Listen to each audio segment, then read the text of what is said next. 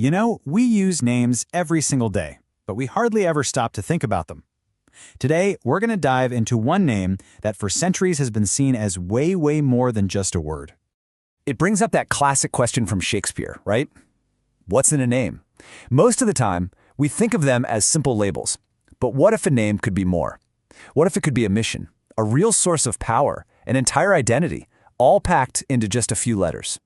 Well, for one particular name, the answer to that question is pretty much everything. And in this explainer, we're going to break down exactly why, based on centuries of deep belief and tradition. Okay, let's start at the very beginning, with the core meaning of the name itself. So the name Jesus is actually the Greek version of the Hebrew name Yeshua. You probably know it as Joshua. And its meaning is just incredibly profound. It translates to God saves. So you see, right out of the gate, it's not just a label, it's a mission statement. It's a declaration of a divine identity, all packed into that one word. And believe it or not, it goes even deeper. The name isn't just about God. It's believed to signify the very presence of God. To say the name is to invoke the person it represents. It's like a direct link to the divine. So how does a name with a powerful meaning become a source of active, tangible power? Well, this is where theology really meets practice. This verse from Philippians is absolutely key. It establishes the supreme authority of the name, a power that's recognized universally. We're talking across all dimensions of existence. It's presented as the ultimate name, demanding reverence from all of creation. And this is where that big picture authority gets personal. It's how it translates into specific spiritual effects. Tradition holds that the name acts as a shield, a source of healing, and a way to invoke his very presence.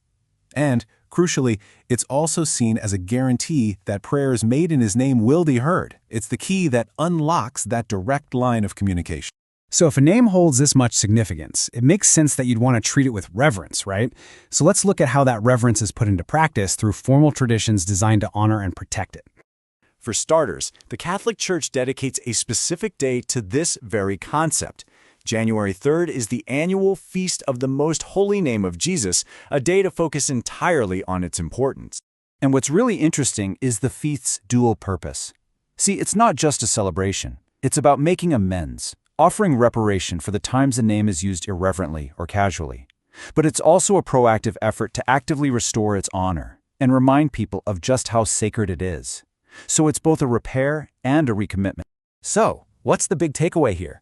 From its meaning of God saves, all the way to its role in prayer, this is about so much more than a word. We're talking about an entire identity, a divine mission, and a source of profound spiritual power. And that really leaves us with a final thought, doesn't it? If one name can define a person's mission so completely, it's a powerful reminder of the meaning we can find and create in our own names and the words we choose to live by. So, let me ask you, what does your name say about you?